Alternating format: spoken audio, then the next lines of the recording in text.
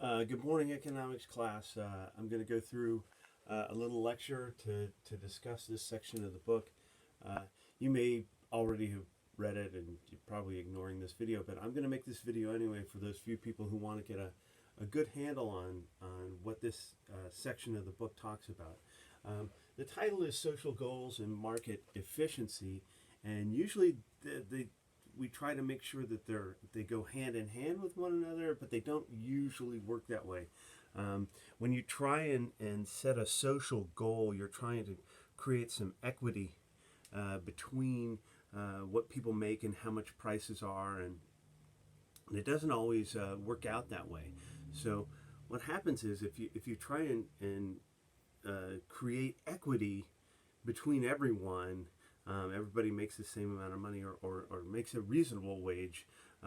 Usually those people who are trying to make a lot more money lose out a little bit on the deal because either they're paying more, and we're going to talk about minimum wage, they're paying more for somebody's service, or they can't charge enough for a product, and they're not making as much money as they can possibly stand. Now, there's a little bit of it in the United States, but they do a pretty good job of keeping the market pretty strong and producer friendly.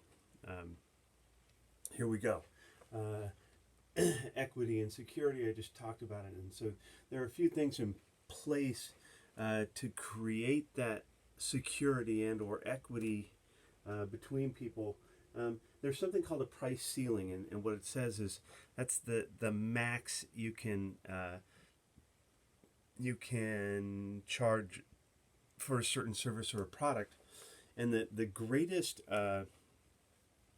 example of this, and the example that they use in the book, is setting rents at one price as the highest price. And in New York City, if any of you remember that or know that, rent control was a big deal, and people would wait and get on a waiting list for years and years and years because people lived in a rent-controlled building, and their apartments were like very, very inexpensive, and it was a price that was set by the state or by the city that said you can't charge any more for that particular apartment. But what happened after a while is tenants would either pass away and or move out, and landlords wouldn't fix up the apartment. So you had to rent the apartment as is and make modifications on your own, invest your own money to fix up the apartment, or live in a broken down apartment because landlords weren't getting enough back for their investment. As their costs went up, the rent didn't go up to match those costs, so it was really hurting landlords, and eventually it broke down. There are very few rent controlled apartments in New York anymore. Some have been grandfathered over the years, so there are a few. Mostly it's rent stabilization, and stabilization is a much better idea. It says you can't outrageously inflate the price of an apartment or a product. You have to use a certain percentage, just a normal percentage of cost of living. So that way, everybody's winning in the deal. Rents aren't skyrocketing, and landlords are making a little bit more money, and they are getting some money back on the investment. Now they have to show the investment to be able to raise the cost that much, but I digress. So now that's the big idea between some sort of price ceiling. All right, and then the next thing they talked about was the price floor, which is setting a minimum of what either somebody could pay or an employer could pay. And the biggest example of that is the minimum wage. Now, the United States has set a minimum wage, and I don't remember what it is right now. They use the example of 5.15. That's an old book, so I believe it's $7.25 now, if I'm not mistaken, which is it's a reasonable living for somebody who is young, doesn't have a lot of expenses, is willing to work a lot of hours to make some money. Most employers will give you a little bit more money for the service you provide. But we're talking those low end jobs, working at a fast food restaurant or doing something tiny and menial, not so strenuous, and you don't need a lot of training to do it. So there are a lot of other places that set higher minimum wage. New York City has a higher minimum wage because the cost of living there is so much more expensive. The price floors is a decent idea. Employers don't necessarily like it because if they could pay less money for those people who are coming to work for them, then they could hire more workers and be more productive. But eventually you get into a problem between those who are working and those who own the company. They fight back and forth and say, we should have some better pay or better condition, and there's always going to be some sort of conflict. That's the idea of, that free market idea says, well, if I want to pay my workers $2 an hour, I should be allowed to pay my workers $2 an hour. They've accepted the job. But the government says, now you're preying on people who don't have a job, and it's not fair. So I'll move on from that, and we'll start talking about what they talked about most in this chapter, which was agricultural.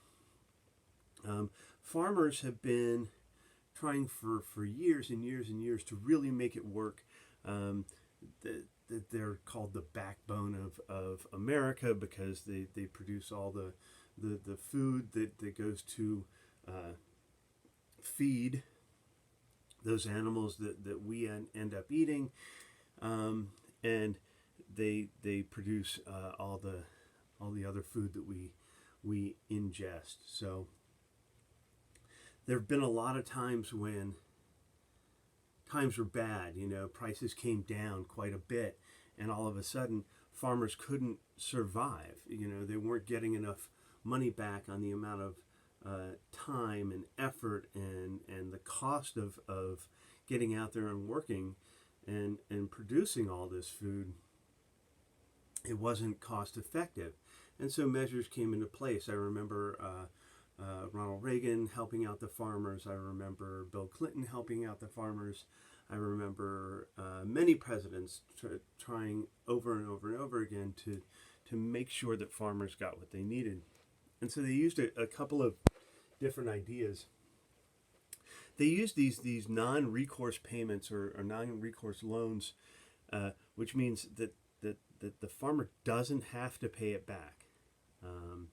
And that was pretty good. It was just sort of like a quick stimulus payment for those farmers because they had this surplus of food that they couldn't get out there because they couldn't sell it for enough money, and food just went bad.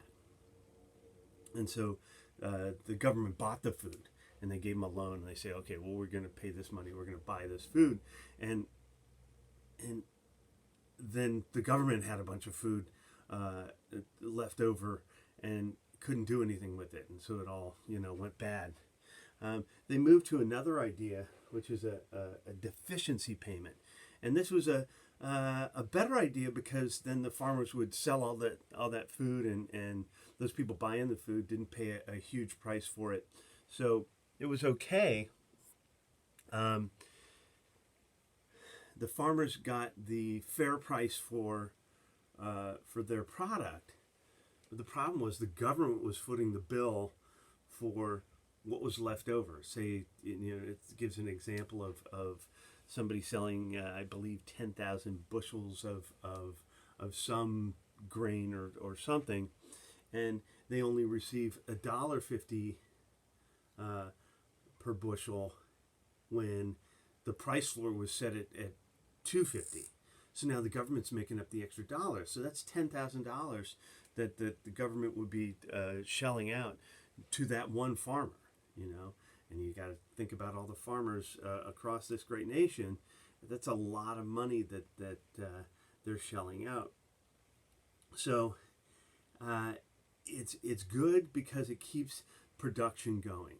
You know, there was a time when you could only plant certain amounts of certain types of foods, and they were watching. They would fly overhead and take aerial footage, making sure that that farmers weren't overplanting and trying to corner the market. And they would, you know, you could see from aerial footage what type of crop you were growing, and there are always things in place to help those out when it's not quite making it. And those are really the big ideas that are set here. If you watch this, you get extra credit if you at the bottom of your questions type "Sir." The number of the day is 53. All right, so don't forget 53. I'll give you extra credit. I'll understand that you actually watched the video, and that's it. Have fun. I'll do another exercise again tomorrow. Should be an easier exercise. Thank you for most of you turning in your essays. They were great.